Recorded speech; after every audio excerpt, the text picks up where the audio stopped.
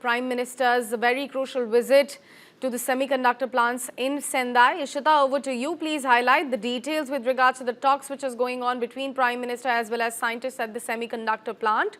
What is in the bag as far as friendship between India and Japan is concerned from there? Right, Sakshi. So today is day 2 of Prime Minister Modi's Japan visit, and we can see visuals on our screen right now showing Prime Minister Modi undertaking a tour of the semiconductor plant in Sendai. So specifically when we talk about the economic ties between India and Japan, semiconductor cooperation is a major pillar of that. In fact, you see in India we have been placing in a lot of frameworks in regards to our semiconductor policy, and in this scale, when we talk about India's scale and capabilities, Japan's advanced technologies can play a pivotal role in building up to that cooperation. So this visit is in fact part of those ties. And when we talk about semiconductor, in fact, semiconductor, we've seen, how the importance have increased in geopolitics as well. Any economic gadget or electronic gadget that we use today, semiconductor chips, they're used in that, right? So in terms of that, their importance is very crucial for India and Japan, both of which are fourth and the fifth largest economies. So semiconductor cooperation, both of them are building momentum on that, and this visit, of course, is a part of it. Prime Minister Modi also talked about this, saying that how we can combine India's strength with Japan to build on supply chains that are more resilient with regards to semiconductor chips. So, of course, this visit comes a part of it. And as you mentioned before as well, this is the tour that Prime Minister Modi is going to wrap up the Japan visit with. And he will be headed to China next for the SCO summit, Sakshi. Absolutely. And also, Ishita, if I could ask you how productive this visit to Japan for 2 days was for Prime Minister. What were the crucial deals which were signed? What were the talks which were there on the table? And, how exactly the bonhomie between India and Japan also now grows further? Right, Sakshi. So, it has been a successful visit for the Prime Minister. Specifically, we see the context, under which this comes in. You have ties with the U.S. Going south. You also have a turn taking place in West Asia.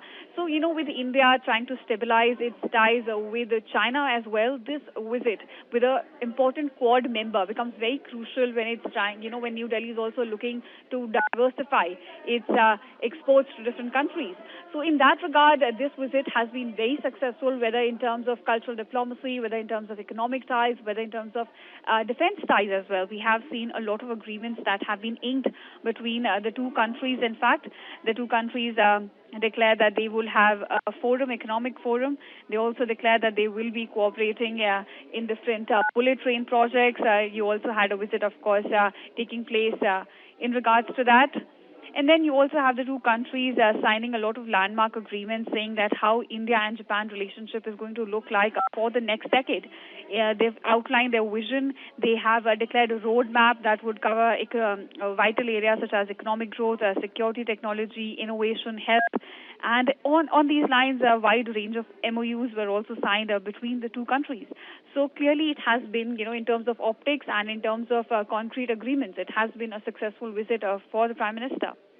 Absolutely, Ishita. And if I could just quickly read out the statement that Ranveer Jaiswal, which is the Ministry of External Affairs spokesperson, has posted with regards to Prime Minister's bullet train route, with his Japanese counterpart. Let me just quickly read it out for our viewers. He's first Prime Minister updated that he had reached Sendai, traveled with Prime Minister Ishiba to the city on the Shinkansen.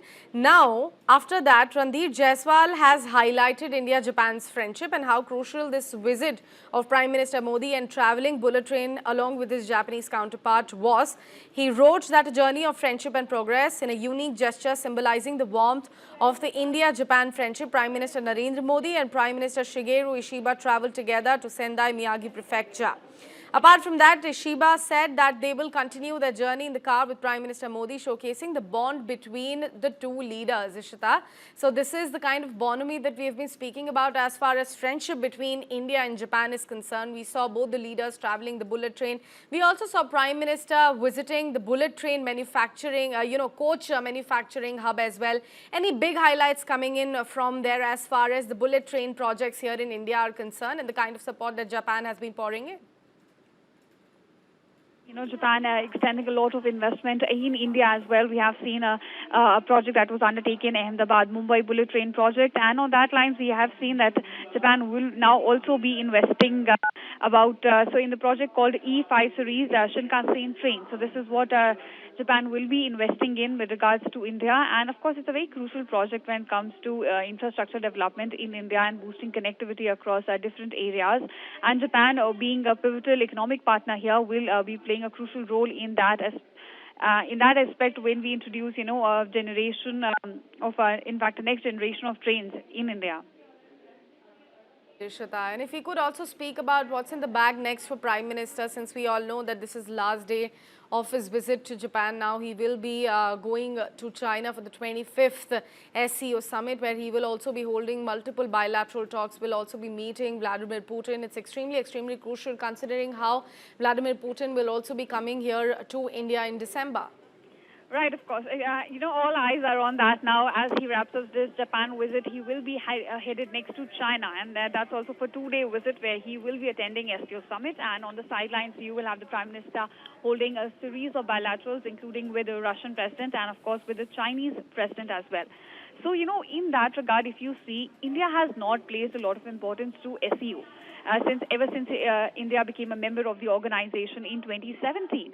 But with the reset, with the kind of churning we're now witnessing, and India trying to stabilize its ties with China, so Prime Minister Modi traveling to China, being with those leaders at one stage, it's going to be a powerful optic. It's going to send a very clear message to the West as well, that how India is going to be carrying forward its foreign policy. When we talk about the specific details, of course, at Tianjin, at the SEO summit, you will have leaders coming in from 20 countries, including Central Asian countries, South Asian countries, and also in the Middle East, you will also have a lot of leaders coming in. So this will be a chance for China to project what a post-US-led world order could look like. It would be a chance for China to project its solidarity with the countries from the south and also in solidarity with Russia. But for India, it's a chance to show that how India is going to engage with different countries, how India is going to engage at multilateral forums, and how it's going to engage with multiple countries based on different issues. So it's not, we are way ahead of our shadow of our, what we call it, a defensive, non-aligned posture. We are way ahead of that now, and how India is going to carry forward its foreign policy. I think SEO Summit is going to be a reflection of that.